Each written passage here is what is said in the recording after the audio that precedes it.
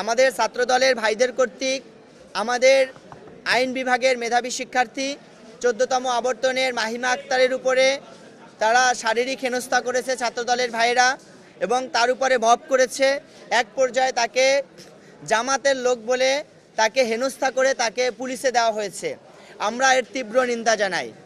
আমরা বিশ্ববিদ্যালয় প্রশাসন এবং রাষ্ট্রের কাছে আপনাদের মাধ্যমে স্পষ্ট বার্তা দিতে চাই, আগামী 24 ঘন্টার ভিতরে মাহিমাকে হেনস্থা করার পিছনে যারা জড়িত ছিল তাদেরকে গ্রেপ্তার করতে হবে। যদি রাষ্ট্র এবং প্রশাসন তাদের গ্রেপ্তার করতে ব্যর্থ হয় তাহলে আমরা দেখব কিভাবে তাদেরকে গ্রেপ্তার করাতে হয়। আমরা আরও দৃঢ়তার সাথে বলতে চাই, আমাদের আরও 4 জন বোনকে হেনস্থা করা হয়েছে ফিজিক্স ডিপার্টমেন্টে, ইসলামিক হিস্ট্রি অ্যান্ড কালচার ডিপার্টমেন্টে, অন্যান্য জায়গায় আমরা আপনাদেরকে জানিয়েছি। এই 4 জন বোনকেই হেনস্থা করার পেছনে যারা জড়িত এবং যারা এই কাজগুলো করেছে তাদের যথাযথ বিচারের আওতায় নিয়ে আসতে হবে। তারপরে আমাদের দ্বিতীয় দাবি হলো, আমাদের নির্বাচন সম্পন্ন হয়েছে, আমাদের ভোট গ্রহণ শুরু হবে। এক্ষেত্রে আমাদের ভোট গ্রহণ নিয়ে নির্বাচন কমিশন এবং বিশ্ববিদ্যালয় প্রশাসন অলরেডি একটা সিদ্ধান্ত নিয়েছে, এবং এই সিদ্ধান্তে সকল প্যানেলের ভিপি, জিএস, নির্বাচন কমিশনার, বিশ্ববিদ্যালয় প্রক্টরিয়াল টিম, বিশ্ববিদ্যালয়ের শিক্ষকদের পর্যবেক্ষক টিম এবং আইটি দপ্তরের সম্মানিত শিক্ষকবৃন্দ সহ সকলে স্বাক্ষর করেছে। সুতরাং যে সিদ্ধান্ত হয়েছে এই সিদ্ধান্তের উপরে অটল থেকেই নির্বাচনের ভোট গণনা করতে হবে। কোনো পক্ষকে সুবিধা দিতে হঠাৎ করে নিয়ম পরিবর্তন করার কোনো সুযোগ দেওয়া হবে না।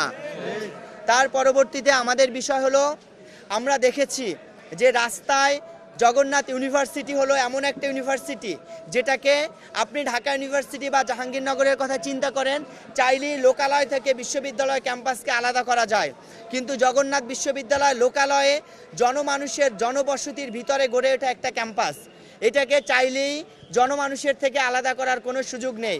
এখানে বিশ্ববিদ্যালয়ের পাশ দিয়ে হেঁটে যাওয়া সাধারণ পথচারীদেরকে ছাত্রদলের ভাইয়েরা জামাত ইসলামী ট্যাগ দিয়ে যে সন্ত্রাসী কায়দায় তাদের উপরে হামলা করেছে এবং যে সকল পথচারীরা এতে ক্ষতিগ্রস্ত হয়েছে তাদের বিচার নিশ্চিত করতে হবে।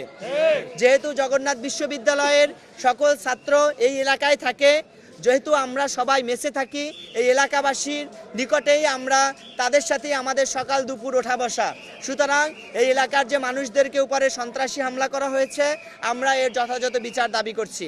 আমাদের একটাই দাবি, আমরা আগের সংবাদ সম্মেলনে বলেছি যে যেহেতু নির্বাচনের ভোট গ্রহণের শুরু থেকেই একটা মব সৃষ্টি করা হয়েছে এবং বাধা সৃষ্টি করার প্রচেষ্টা হয়েছে, সুতরাং ভোট গণনা করা এবং ফলাফল ঘোষণা পর্যন্ত আমরা রাষ্ট্রের সহযোগিতা কামনা করছি।